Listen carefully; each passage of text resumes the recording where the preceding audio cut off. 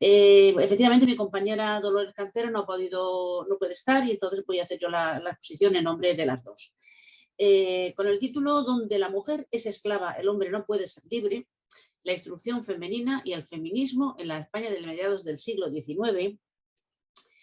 Nuestra intención en este trabajo es analizar la importante necesidad de instrucción femenina en el XIX en España, donde era prácticamente inexistente, y realizar una aproximación a los intentos de ruptura con los sistemas establecidos de obediencia y sumisión. En España, al igual que en Europa, el modelo de domesticidad y la configuración de los roles de género condicionó todas las actividades de la mujer fuera del hogar. Y desde todos los ámbitos se pusieron trabas a la integración de la mujer, existiendo un rechazo social que trascendió las fronteras de clase. Aquí vemos varias imágenes dedicadas a la enseñanza de las niñas. Y estas dos, hemos seleccionado tanto la fotografía de Caulat, de una maestra rural, como el cuadro de Gustave Leonard. En este caso es una madre la que está enseñando a la niña a las tareas propias del momento que en este caso son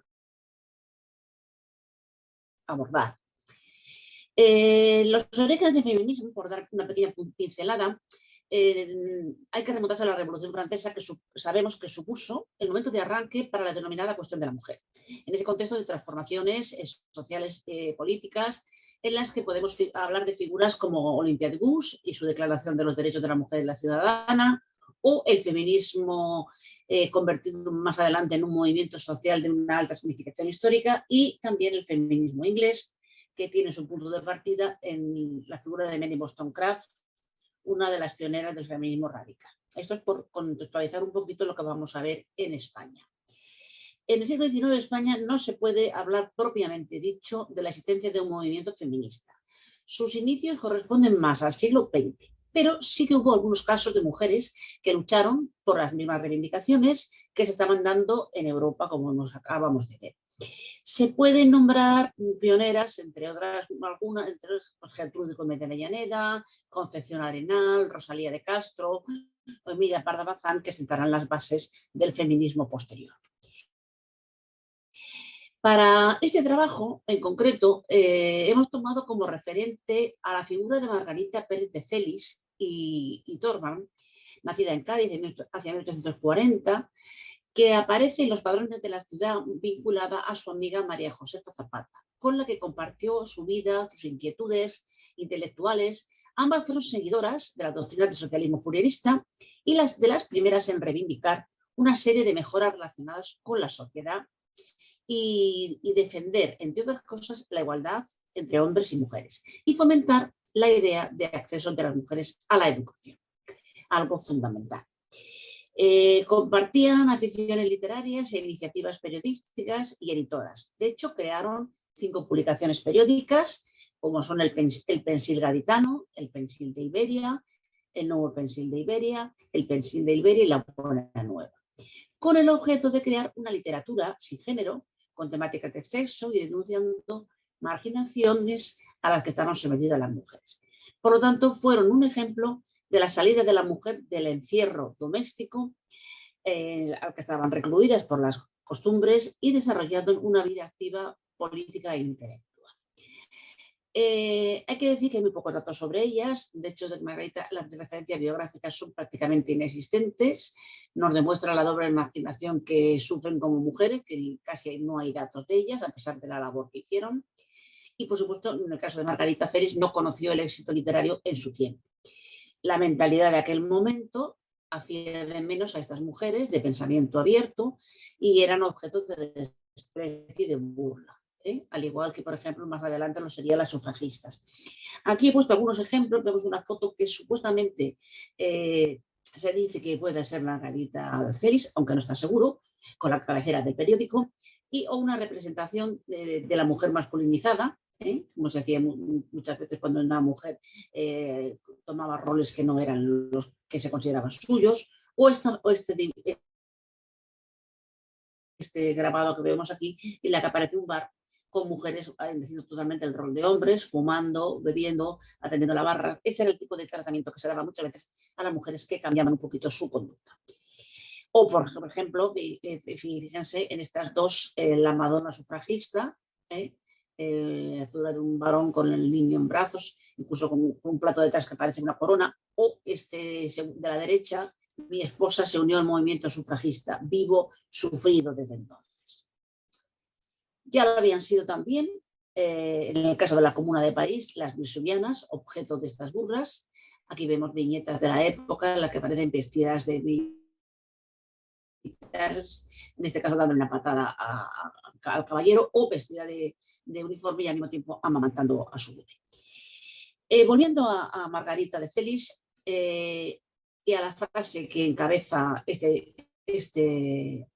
esta comunicación: donde la mujer es esclava, el hombre no puede ser libre.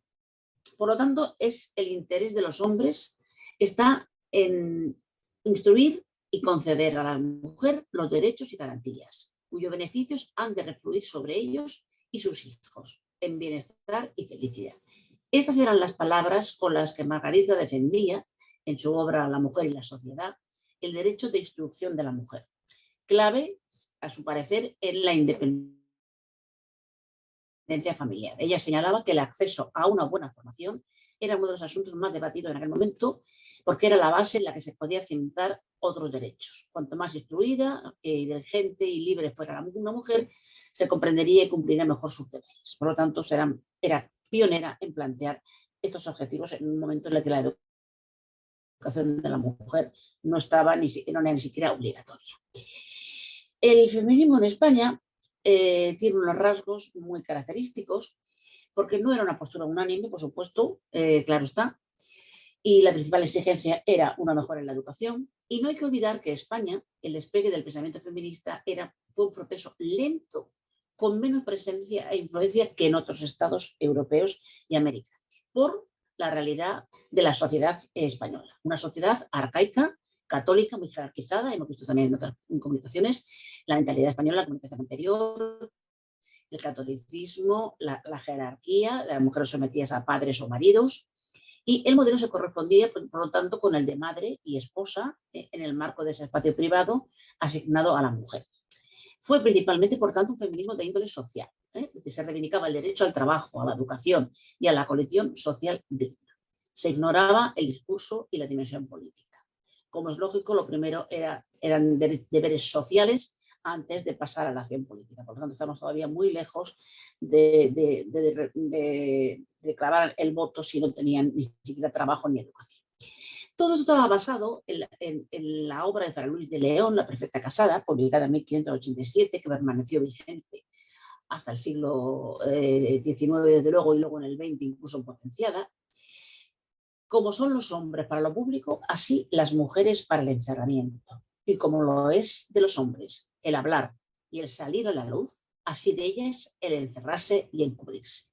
Estas frases de Fray Luis, recogidas en su obra La perfecta casada, como les digo, encerrada en su casa y cerrada su boca, nos reflejan perfectamente qué se esperaba de una mujer: que callase, que otorgase, que obedeciese y que se recluyera en la esfera privada. La Ilustración tampoco se libra de este planteamiento, porque la figura de Rousseau, el ideal rousseauiano de mujer doméstica, reflejado en el tratado filosófico que es el Emile, dice cosas como estas: una mujer sabia es un castigo para el esposo, sus hijos, sus criados, para todo el mundo. Desde la elevada estatura de su genio, desprecia todos los deberes femeninos y está siempre intentando hacerse a sí misma un hombre. Sobran los comentarios ante estas frases que creo que dicen por sí mismas. Bien, en este contexto de mujer ángel del hogar, mujer encerrada en su ambiente, la figura del ángel del hogar se consolida. El ángel del hogar se consolida sobre todo en el paso del romanticismo al realismo en el siglo XIX. Es el ideal sentimental romántico que fue adoptado por la burguesía decimonónica, volviendo, como digo, a esas ideas de Fray Luis de León y potenciando de nuevo la idea de la mujer en casa, que al mismo tiempo reforzaba la idea de la familia burguesa ideal y de modelo a seguir. Florecen en este momento también escritoras, poetas, revistas para mujeres, novelas, y vemos aquí unas cuantas novelas que no tenemos tiempo de desarrollar. En la comunicación que se escribirá posteriormente se detallarán mucho más todas estas cosas. Y sí vamos a hacer un poco de reflexión en la evolución de la educación femenina en el siglo XIX en el caso español.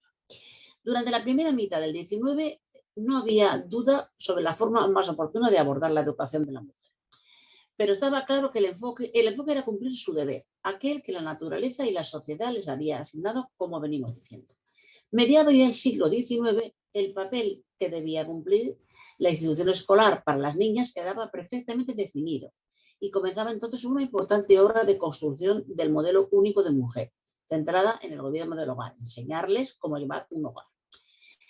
No es hasta la ley Moyano de 1857 cuando se instaura en España la obligatoriedad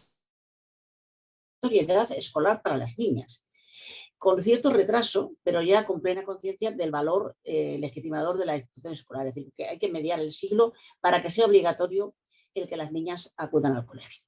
La enseñanza en España es muy ligada a la evolución política, hereda de la Ilustración ese concepto de educación importante como reforma social. En el año 38 se había intentado por primera vez hacer una educación para todos los sexos, pero solo se crearon escuelas para niños en pueblos de más de 100 vecinos. Como les he dicho, la ley Moyano del 57 es la que establecía por primera vez la obligatoriedad para todos los españoles. Pero, había un pero, primaban los conocimientos científico-técnicos para los niños y las labores del hogar y el comportamiento para las niñas. La asignatura de ligeras nociones de higiene doméstica, que se establecía para las niñas, junto con una reorientación hacia las labores propias del sexo, hacia la utilidad familiar, en este momento se marcaban cuáles eran las pautas que debían de seguir la niña. Así que realmente se seguía con esa enseñanza tradicional, poniendo, digamos, el acento en esos aspectos. A partir de la Revolución del 68 y del sexenio es cuando se inicia en España corrientes renovadoras de educación y ya podemos hablar a finales del siglo XIX, principios del XX, que se enfrentan varias tendencias, la tradicional católica, la liberal laica burguesa y la que sería la revolucionaria, krausista y socialista. Esta imagen de una obra anónima que se llama González, de colección particular, tiene dos textos muy significativos que como creo que voy bien de tiempo, podemos leer, que es La mujer, ese conjunto de nobles cualidades, de pasiones generosas, dispuesta siempre al sacrificio, a la abnegación, a la indulgencia, dándole al hombre como madre la vida, con exposición de la suya, como esposa su alma entera, como hijas la consideración y respeto. El texto de Mercedes de Vargas de 1889. Fíjense ustedes la mujer, madre, esposa, que da la vida por los suyos y que ha nacido para ello. Y este segundo texto de Concepción Arenal, del año 1892, un error grave y de los más perjudiciales, inculcar a la mujer que su única misión es la de esposa y madre. Equivale a decirle que por sí no puede ser nada y a aniquilar su yo moral e intelectual. Es decir, la mujer recatada, por supuesto devota y entregada hasta extremos increíbles. Esto creo que refleja bastante bien el contexto del que estamos hablando, que como les digo será desarrollado en la comunicación escrita. Bien, como una reflexión final,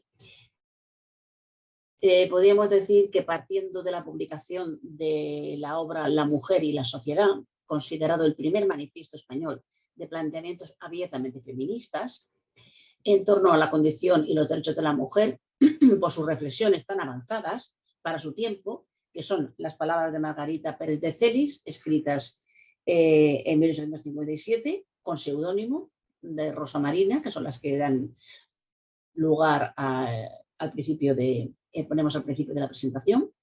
A partir de ahí analizaremos la situación real de la mujer española, a partir de mediados del siglo XIX, hacia la mitad, en el contexto del avance progresivo que la denominada cuestión de la mujer, que había arrancado con la Revolución Francesa, vivía en Europa, frente al lento caminar que nuestro país tenía. O sea, esto es un poco comparativo de las dos velocidades tan diferentes que llevaban el tema de la mujer en nuestro país y en el resto de Europa.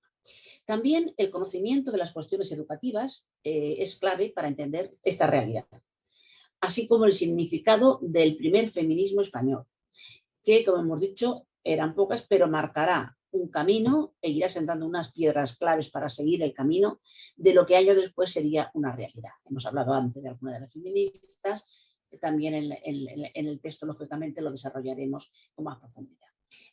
Para todo esto será fundamental conocer las diversas publicaciones que contribuyeron con mujeres al frente, como es el caso del Pensil el Gaditano, el de las obras de Margarita de Celis, a plantear posiciones, opciones feministas que tenían un gran compromiso ideológico y que reclamaban y luchaban por los derechos sociales. Esto será un poco nuestra estructura de trabajo de cara a ese artículo, a esa comunicación y como les digo.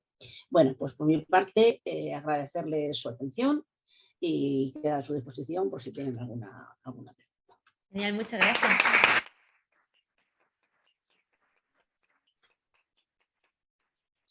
Genial, pues nos quedan 4 minutitos, cortitos, o sea que si alguien tiene preguntas, quiere comentar. Tengo una pregunta. ¿Cuáles son las bases que sienta ese primer feminismo o algo así, al feminismo actual? ¿Lo has escuchado? Le escucho muy mal. ¿Las bases del primer feminismo al feminismo actual, la diferencia es lo que me ha preguntado? No, ¿cuáles son las bases, en plan, las bases que sienta este primer feminismo que predica Margarita? ¿Cuáles son las bases que sienta? Vale, sí.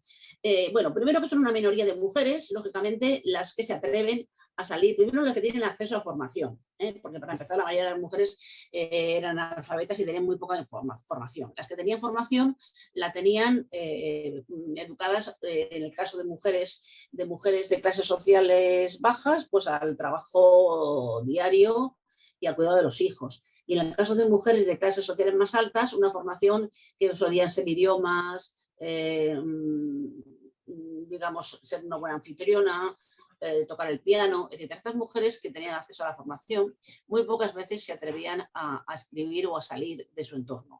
Las que lo hacen, como Concepción Arenal, como Emilia Pardo Bazán, como otras, muchas de ellas, como les digo, que su situación les permite dedicarse a esto, incluso algunas van a la universidad en condiciones que ese sería otro tema para relacionar, van escribiendo textos que sirven de influencia a otras mujeres y van dando pequeños pasos, como digo, sobre todo con mensajes, textos y pequeños actos que van marcando o, por así decirlo, van haciéndose visibles para otras mujeres. No para todas, porque la mayoría no conocían ni que existían, pero aquellas que pueden conocer de su existencia de una a otras tienen luego ya un reflejo que seguir.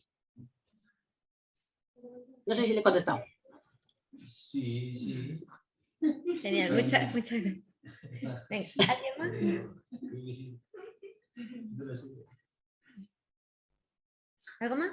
¿Algún comentario? No tiene por qué necesariamente ser una pregunta. Si me permite contestarle directamente, yo creo que la diferencia principal es que el feminismo de la igualdad se basa en los derechos sociales y políticos, o sea, que las mujeres tengan acceso a unos derechos que no tienen. Unos derechos y unos escenarios sociales a los cuales no tenían, entre ellos el derecho al voto, el derecho a la educación, etc. Del feminismo la diferencia, pues realmente se monta en las bases, pero también la crítica del feminismo de la igualdad, en el sentido de que o sea, nos reconocemos como un colectivo mixto, que en aquel momento, pues, obviamente, las mujeres que tenían acceso a estas reivindicaciones eran de clase alta, ya nos reconocemos desde la multiplicidad y las diferencias.